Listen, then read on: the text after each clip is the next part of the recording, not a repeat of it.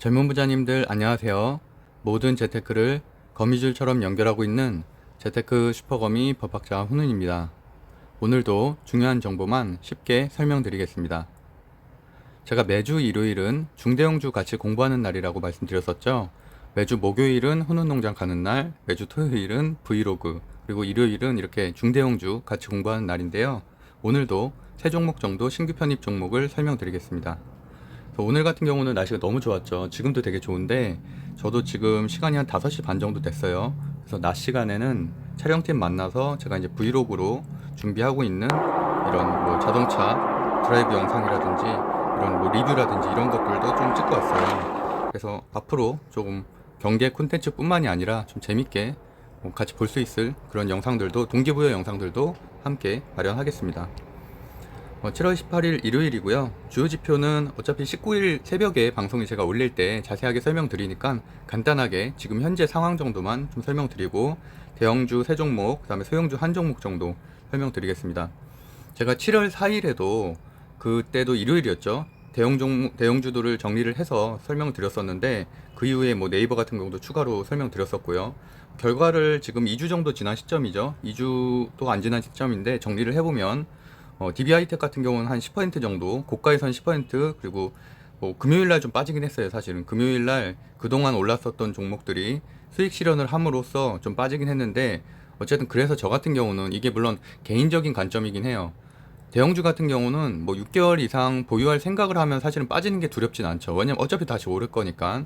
하지만 저 같은 경우는 이렇게 뭐 한 5%, 10% 대형주 몇 조씩 되는 대형주가 그 정도 슈팅이 있다는 거는 상당히 좀 부담스럽더라고요. 그래서 저는 그런 경우에는 보통 수익 실현을 한번 하고 하루 이틀 조정 받을 때 이제 다시 재매수를 하거든요.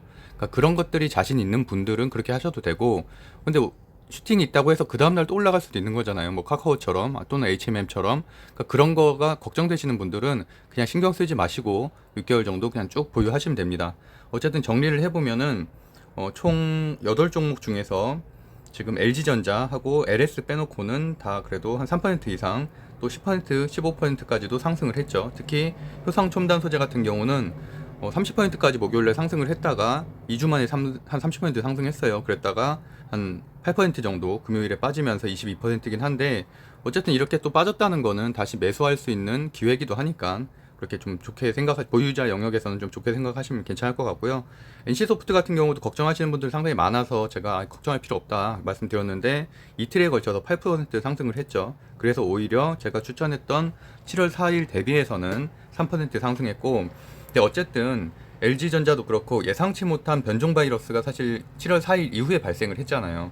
그러다 보니까 사실은 LG전자도 그렇고 악재가 뭐 여러 가지 좀 겹치는 바람에 하락은 했지만, 그래도 뭐 여전히 LG전자나 LS 같은 경우도 당연히 3개월, 6개월 이상 보유하면 충분히 20% 이상 수익을 낼 수 있는 곳이라고 여전히 생각을 하고 있고요. 제가 6월 6일에 올렸었던 거 한번 안 보신 분들이 아직 많다면 좀 보셨으면 좋겠어요. 그때 제가 단기, 중기, 장기로 보유할 만한 주식들은 좀 설명드렸었는데, 특히 이제 장기 쪽에는 아무래도 대형주들이 많이 포진이 돼 있었죠. 그때 뭐 하나 에어로스페이스 같은 경우도 추천을 1순위로 드렸었고, 6월 6일이죠. 그러면 벌써 한 달 딱 전인, 한 달도 더 됐네요. 그런데 한 50일 동안 하나 에어로스페이스 같은 경우도 15% 이상 상승을 했죠. 뭐 세트리가이라든지 하나 시스템 같은 경우도 뭐 어쨌든 상승을 하고 있는 중이고, 그런 상황인데, 최근에 제가 슈퍼개미 김정환 씨인가요? 그 방송을 한 달에 한 번 정도는 우연히 이렇게 추천 영상을 뜨면 보기도 하는데, 그분도 하나에어로스페이스 얘기를 굉장히 많이 하더라고요. 항공우주에 완전히 꽂히신 것 같더라고요. 그래서 근데 저는 뭐 하나에어로스페이스는 사실 올해 1월 달에도 많이 강조를 드렸었고, 그 당시에 뭐 버진 갤럭틱이나 이런 얘기 하면서 저도 그때 보유를 하고 있었고요. 그리고 나서 6월 달부터는 제가 굉장히 강조를 많이 드리고 있죠. 항공우주주는 진짜 1년 보유하면은 충분히 큰 상승이 있을 만하니까 포트폴리오에 꼭 항공우주 하나씩은 보유를 하는 게 제일 좋고, 어쨌든 하나 같은 경우는 방산 그리고 그 민간우주 사업을 같이 하고 있기 때문에 좀 안정적이다. 물론 뭐 한국항공우주라든지 세트리가이라든지 더 아랫단에도 좋은 기업들도 있지만, 뭐 AP위성이라든지, 그런데 그런 것들은 아무래도 소형주기 때문에 조금은, 그러니까 상대적으로 소형주란 얘기죠. 그래서 좀 변동성이 있는 반면에 대기업의 어쨌든 계열사인 하나에어로스페이스는 좀 안정적으로 가져갈 수 있다고 설명을 드렸었습니다. 그래서 그 6월 6일 방송 한번 참고해 보시면 좋을 것 같고요. 주요 지표 먼저 보면은 확진자 수가 1354명인데 이 수치가 중요하진 않은 게 주말이라서 사실은 좀 줄은 것 뿐이에요. 그 검사 수 자체가 줄었으니까. 그래서 평일에는 다시 뭐 1500, 1600명으로 증가할 가능성이 있고요. 근데 어쨌든 이 1454명도 주말 기준으로는 최다라는 거예요. 그게 좀 위험하죠. 그러다 보니까 또 이제 비수도권 확진자가 30% 넘었다는 거, 5인 이상 사적 금지 오늘 확정이 됐죠. 그래서 이제 그런 부분도 당연히 증시에 영향을 미칠 거고, 그거는 제가 내일 월요일 새벽 방송에 제가 항상 월요일 대응에 대해서 말씀드리니까 그때 좀 더 자세하게 설명을 드릴게요. 아무래도 뭐 진단키트주는 사실은 거의 제로 소멸이긴 한데 뭐 소폭 반등이 있을 수 있지만 기대할 정도는 아닌 것 같고, 아무리 이렇게 확진자가 늘었다고 해도 결국엔 종식은 되니까요. 집단 면역도 지금 1.2%인데 점점 늘어나고 있고, 그러다 보니까 뭐 어쨌든 뭐 장기적으로 보면은 결국엔 바이오와 진단키트 관련된 주는 소멸될 수밖에 없다. 그러니까 코로나 치료제나 이런 것들이 아닌 기존의 모멘텀으로 성장을 하고 실적으로 성장을 해야지, 그런 것들을 지금 들어가기에는 이미 늦었다라고 말씀드리고 싶고요. 그다음에 어쨌든 확진자 수가 지금 현재 계속 뭐 답보 상태긴 한데 월요일, 화요일 트렌드가 가장 중요할 것 같아요. 그래서 저 같은 경우는 금요일에 매수를 잘 안 하는 편이에요. 왜냐하면 특히 지금처럼 변동성이 좀 심하고 불확실성이 있는 상황에서는 금요일에 예를 들어서 어떤 주를 매수를 해도 월요일날 그 섹터가 폭락을 할 수가 있는 거거든요. 제가 가장 중요하게 생각하는 거는 강세 섹터인데, 지금 지난주 같은 경우도 배터리 소부장 기업들이 상당히 강했잖아요.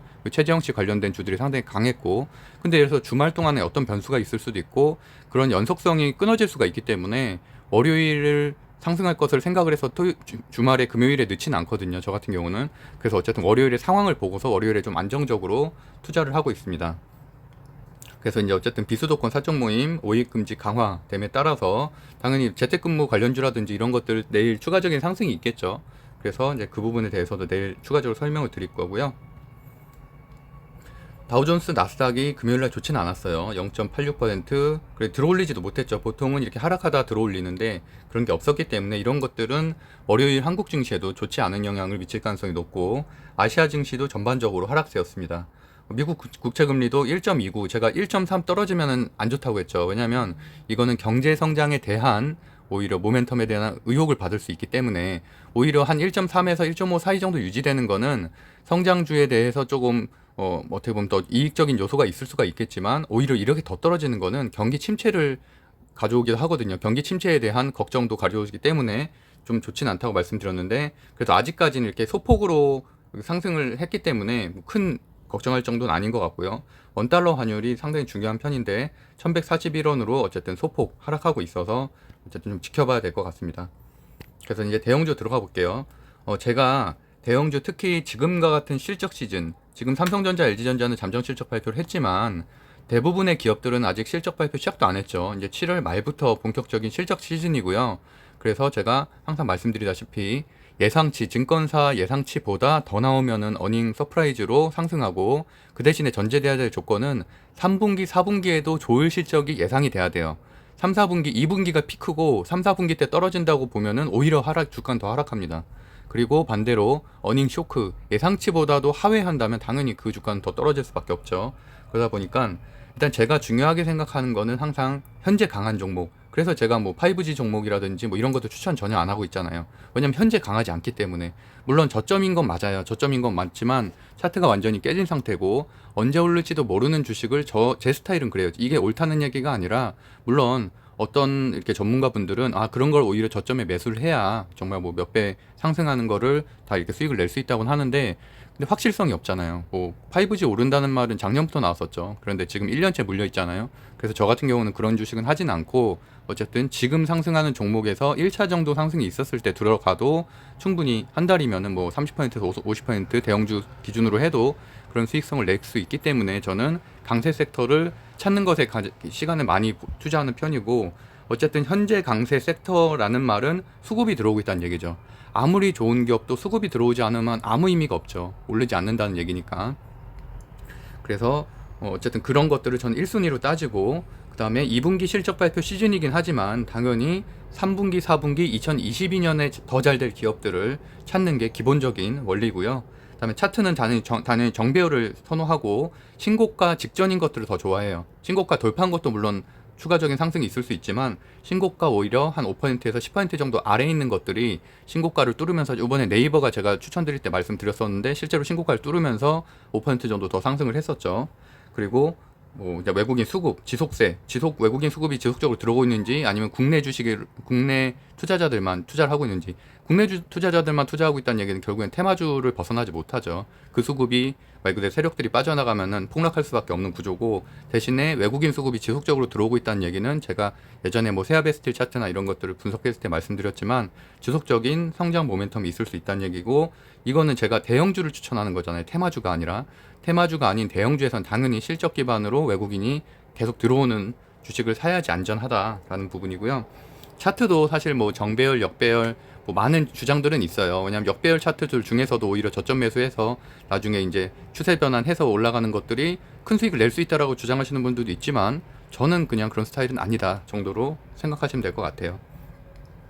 제가 특히나 지금같이 코로나 확진자가 늘건 줄건 오프라인 모임이 다시 활성화되건 코로나가 종식이 되던 좋게 보는 주는 엔터주예요.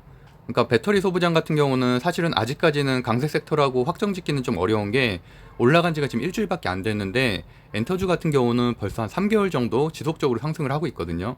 특히 지금 SM, 뭐 네이버나 카카오에서 지분 인수를 진행을 하고 있는 SM이라든지 뭐 하이브, 뭐 메타버스 사업을 같이 하고 있는 하이브 같은 경우는 당연히 뭐 굉장한 큰 모멘텀이 있었고 그거 제외하고도 YG라든지 큐브라든지 JYP라든지 이렇게 지속적으로 외국인 수급이 들어오고 있고 차트를 보시면 알겠지만 외국인 수급이 끊임없이 들어오고 있어요. 그리고 그 외국인 보유 비중도 점점 늘어나고 있고 거의 그리고 또 더 좋은 거는 엔터주들은 많지가 않아요. 그게 사실 상당히 매력적이거든요. 집중도가 있다는 거죠. 수급 집중도가.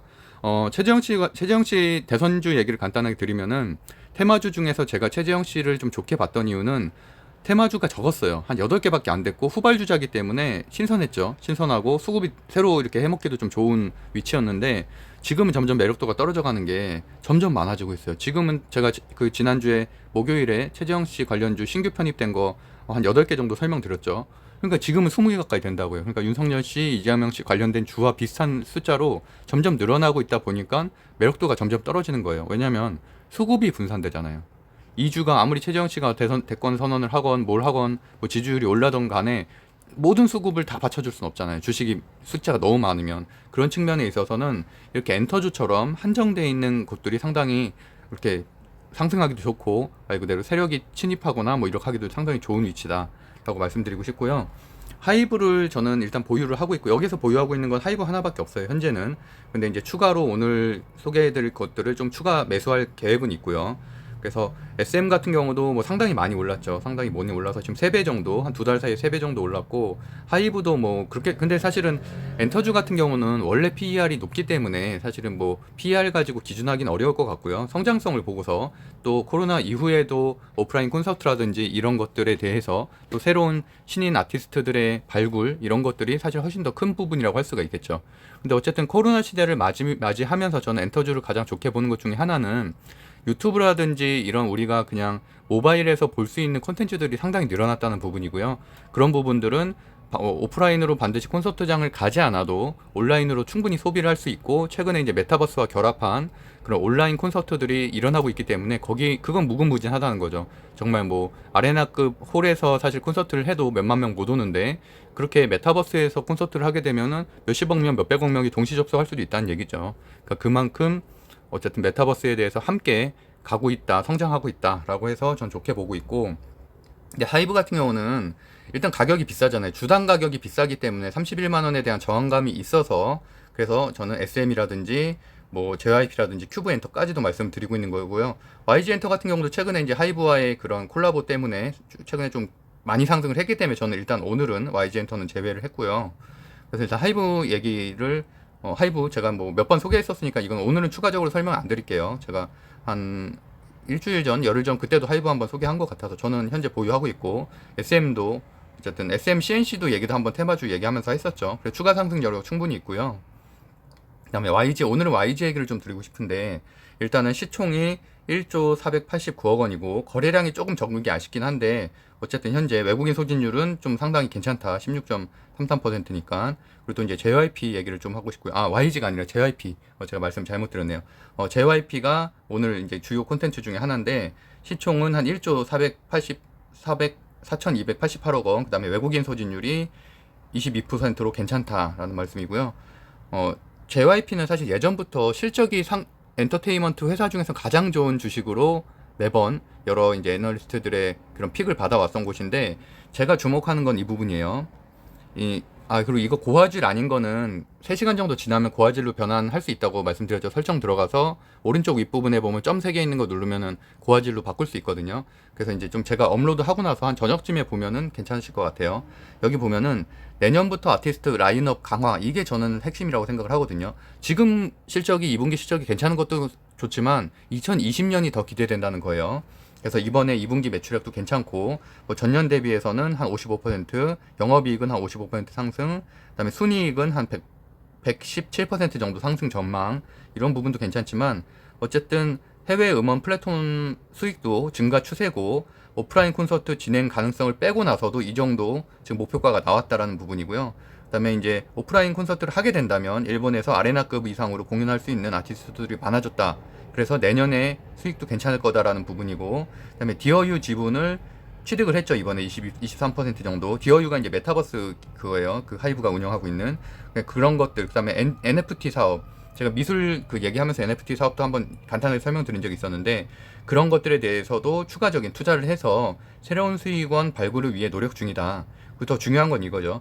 22년도에 3팀, 23년도에 2팀의 데뷔를 앞두고 있다. 이게 상당히 좋은 거죠. 물론 그 기업이 대박이 나야지 큰 수익을 가져오는 건 맞지만, 신규 아티스트들을 꾸준히 발굴하고 있다는 부분이 되게 중요하고, 매출액도 맨 아래에 있는 보시는 것처럼 174억 원, 그 다음에 뭐 이런 식으로 계속 늘어나고 있다. 점점 증가 추세다라는 부분. 이 부분은 이제 그 고화질 변환되면 한번 체크해 보시면 될 것 같고요. 그래서 연간 실적 추이가 점점 올라가고 있다라는 게 핵심이죠. 뭐 영업이익률이라든지 영업이익이라든지 이런 부분들.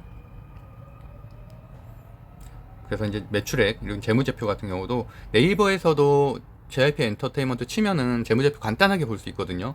그래서 제가 그 부분도 캡처를 해왔는데, 이렇게 보시는 게 아무래도 훨씬 입문자분들한테는 좀 쉽겠죠. 보시면은 연간 매출이 이렇게 상승을 하고 있고, 올해도 전년 대비해서 이렇게 상승한다는 것을 제가 기록을 했고요. 부채 비율은 20%로 낮은 편이고 좋은 편이죠. 유보율도 1000% 가까이 되니까 괜찮다라고 볼 수 있고, 배당금도 있죠. 그리고 그다음에 분기 실적을 봐도 2분기 실적이 매출액이나 영업이익은 상승, 당기순이익은 소폭 하락, 그다음 영업이익률도 뭐 소폭 하락, 이 정도로 보시면 될 것 같습니다. 그 차트상으로 봐도 제가 앞서 말씀드렸던 기준에 적용을 해보면 정배열까지는 아닌데, 아직은 내일이나 모레까지 상승을 하게 되면 정배열로 전환이 되거든요. 그래서 이제 정배열로 전환 중이라는 게 의미가 있고, 신고가까지가 11% 정도 남아있어요. 저는 이게 더 매력적이거든요. 신고가를 물론 돌파해서 더 가는 것도 좋지만, 이렇게 신고가 직전에 있는 것들이 횡보를 하다가 슈팅이 있어서 신고가를 넘어서면, 그러면 당연히 더 큰 상승이 있으니까 그렇게 되면 한 20% 이상 상승이 되겠죠. 내가 매수한 시점에서. 그리고 현재는 이제 매직 구간, 특별하게 이제 나간 게 없다는 거죠. 매도로. 그래서 큰 뭐 거래량이 있는 매도가 없기 때문에 현재는 매직 구간으로 점점 올리고 있고, 다만 아쉬운 거는 좀 저항 구간이 있죠. 그 윗전에 한 4만원에서 42,000원까지가 한 20% 정도. 그래서 이것을 뚫을 수 있는 재료가 있냐 없냐의 문제긴 한데, 어쨌든 최근 엔터주가 순환매를 돌고 있기 때문에 어쨌든 JYP 엔터도 충분히 상승 여력이 있다고 보고 있고요. 실적도 말씀드린 대로 내년, 내후년에도 추가 상승이 예상이 된다. 그리고 외국인 수급도 많이 들어오고 있다. 보시면 될 것 같고요. 이렇게 보시는 것처럼 외국인 기관 수급이 끊임없이 들어오고 있고, 금요일에는 프로그램 매매도 들어오고 있어서 수급적인 측면에서도 괜찮다고 보고 있습니다. 그다음에 배터리 소재가 지금 이번 주 내내 강했는데, 과연 다음 주까지도 그 여파가 이어질 수 있을지. 사실 시작이 된 거는 지난주 2주 전 목요일이었죠. 제가 그 당시에도 신문 기사를 강조해서 설명을 드렸었는데, K배터리 얘기하면서 이제 정부에서 많은 투자를 하겠다라는 발표가 나온 이후부터 이제 상승을 하기 시작했잖아요. 물론 뭐 에코프로비엠이나 이런 것들은 올해 초부터 뭐 지속적인 상승이 있긴 했지만, 그때부터 이제 좀 많은 상승이 있었다는 얘기죠. 그래서 제가 지난주 금요일에 새벽 방송에 찍어드린 대로 에코프로나 에코프로 HN 이런 것들도 다 10% 가까이 상승을 했죠. 그리고 에코프로 BM도 어쨌든 그날은 횡보였지만 오히려 이렇게 횡보했을 때 들어가는 것도 좋은 거다라고 말씀드렸었고, 그다음에 LNF 뭐 동학이 이렇게 말씀드렸는데, 오늘 소개할 곳은 SKC고요. 시가총액은 6조라서 사실은 조금 큰 기업이긴 해요. 그렇게 해서 오늘 중대형주 쪽에 넣긴 했는데, 물론 상승은 했죠. 6월달 대비하면은 한 20% 정도, 20%래. 한 15% 정도 상승은 하긴 했지만 여전히 추가적인 상승 여력이 있다고 생각을 해서 말씀드리는 거고요. 매출액도 올해 전년 대비해서 큰 상승이 있었고, 분기도 지금 거의 한 10% 이상, 그 영업이익률도 그렇고 큰 상승이 있었죠. 그리고 3분기, 4분기도 괜찮기 때문에 오늘 그 종목으로 선정을 했고요. 여기 기사에 써 있는 것처럼 이게 이제 증권사 리포트를 정리한 기사니까 2분기 영업이익은 사상 최대치, 그리고 3분기도 괜찮다는 게 핵심이에요. 그래서 목표가를 46% 상향 조정을 했다는 거고, 그래서 2분기가 뭐 컨센서스를 20% 윗돈다 그런 말들 있고, 그다음 3분기 이게 중요한 거죠. 3분기 영업이익이 1290억 원으로 전년 동기 대비 124% 늘어서 실적 개선세가 계속될 것으로 예상이 되고, SK 넥실리스가 거기도 사실은 조금 아쉬웠는데 지금 이번에 분기 대비 52% 증이익이 예상된다. 그동안에는 이익률이 SK 넥실리스가 조금 아쉬웠는데 지금 그런 부분이 개선이 됐다는 게 사실 호재죠. 그리고 이제 동박 관련해서도 앞으로 추가적인 상승 여력이 충분히 있다는 얘기고, 어쨌든 큰 기업이긴 하지만 지금 현재 배터리 소부장들 순환매로 돌고 있는 거와 함께 여파로 해서 추가적인 상승이 있고, 증권사 리포트가 16일에 나왔는데 그 이후에도 큰 상승이 없었어요. 그렇기 때문에 오히려 실적 개선에 대한 증권사 리포트가 나온 상황에서 큰 상승이 없어서 오히려 이번 주 안에는 슈팅이 있을 가능성도 있다라는 거고요. 7월 8일에는 뭐 매각에 대한 얘기도 좀 나오긴 했었는데 이 부분은 아직은 좀 판단하기에는 시기상조인 것 같고, 만약이라도 매각 이슈가 있다면 당연히 추가적인 주가 상승이 있겠죠. 그리고 이제 그 같은 관점에서 바라보면은 일단 정배열인 게 좋고요. 그다음에 신고가, 현재 신고가 돌파한 상태죠. 돌파했다가 지금 잠깐 하루 조정받은 상태고, 그다음에 이제 매집을 하고 있는 구간이고, 외국인 수급이 지속적으로 늘어나고 있다는 부분이 상당히 긍정적입니다. 그래서 기관 수급, 외국인 수급도 꾸준히 들어오고 있다는 부분이고요. 그 다음에 이제 제가 두 종목은 그동안에 설명 안 드렸었던, 그래서 JYP 엔터하고 SKC를 설명드렸고, 추가적으로 하나요로스페이스도 제가 예전에 몇 번이나 추천드렸던 종목이긴 하지만 다시 한번 상기시키는 관점에서 좀 설명을 드릴게요. 차트 자체도 이제 정배열이고요. 그 다음에 신고가 직전이었는 거 7% 지금 밖에 안 남았다는 게 또 의미가 있고, 최근에 그러니까 7월 초에 신고가를 한번 돌파했는데 그걸 추가적인 돌파도 할 수가 있다는 거죠. 그리고 실적도 이번에 3분기, 4분기 실적도 괜찮고 현재 매집 구간이고, 재료가 이제 중요한데 재료가 버진 갤럭틱이 지난주에 성공을 했잖아요. 민간 우주항공. 그렇고 또 베이존스 아마존 CEO죠. 또 20일에 첫 우주여행을 또 떠난다는 거고, 이런 것들이 세계적으로도 막 생중계가 되고 굉장히 화제성 기사가 많이 나온다는 얘기예요. 근데 이런 유명 인사들의 민간 항공 우주가 앞으로도 계속된다는 게 더 중요하죠. 지금 이게 단기적인 이벤트가 아니라 계속 언론의 조명을 받는다는 게 핵심이에요. 그렇기 때문에 저는 충분히 지금 들어가기에도 괜찮은 위치다라고 보고 있습니다. 그 소형주 추가로 한 종 말씀드리면 큐브 엔터테인먼트인데, 큐브 엔터테인먼트는 어쨌든 엔터사들 중에서 가장 소형주예요. 1871억짜리고 거래량도 뭐 아직은 그렇게 크진 않은데, 최근에 이제 무상증자 이슈가 좀 있으면서 주가 상승이 있었어요. 결정 나기 직전에 한 3거래일 동안 한 12% 정도 상승이 있었는데, 그럼에도 불구하고 여전히 좀 낮은 위치다. 다만 아쉬운 점은 좀 실적이 좀 아쉽긴 해요. 그래서 설명을 좀 드리면은, 일단 주가 병합 이슈가 최근에 있어서 상승을 했고, 또 무상증자에 대해서 얘기가 나오면서 어쨌든 모회사인 VT GMP가 큐브 엔터테인먼트의 지분을 확대했죠. 그래서 이제 밸류 말 그대로 더 자기 자회사의 가치를 높게 평가하기 때문에 지분을 확대했다는 게 시장에서 의미가 있고, 그러니까 그거 생각하시면 돼요. 공시 중에서 대주주가 이제 자기 지분 더 추가 늘리는 거 공시가 나오잖아요. 그런 관점에서 생각하시면 되고, 일단 이번 무상증자는 12일에 공시가 나왔는데 한 주당 신주 한 주 배정하는 무상증자를 결정했다는 내용이고요. 어쨌든 경쟁사들이 상당히 많이 오른 거에 비해서는 여전히 좀 낮은 위치다라는 게 핵심이고, 뭐 최근에 뭐 학폭 논란 이런 것도 또 있었죠. 그래서 좀 그런 것 때문에 어쨌든 그런 악재가 다 반영이 된 주가다.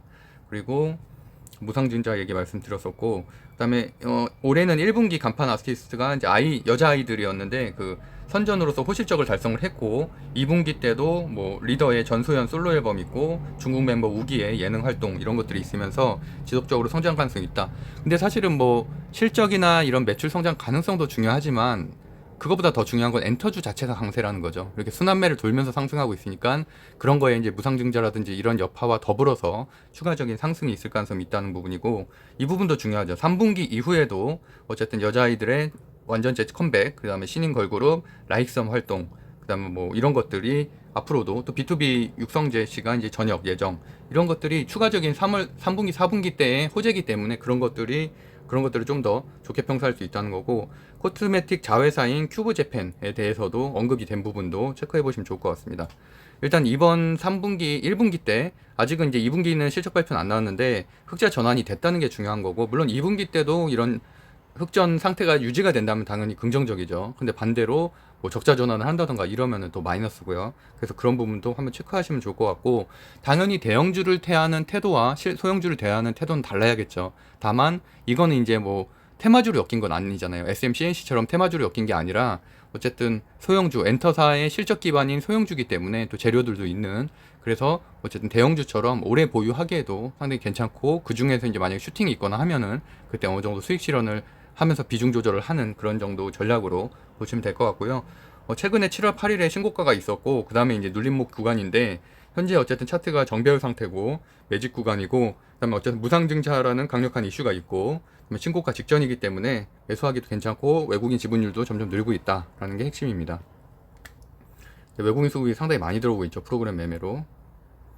네, 여기까지 좀 정리를 해드리면은, 오늘 물론 과거에 제가 설명드렸던 대형주들도 상당히 많긴 하지만 뭐 그래봤자 뭐 많지 않죠. 사실 다른 증권 유튜브들은 거의 하루에도 한 20종목 이상 설명드리잖아요. 근데 저는 많이 해봐야 하루에 두세 종목 정도 좀 이렇게 압축해서 설명드리고 있으니까.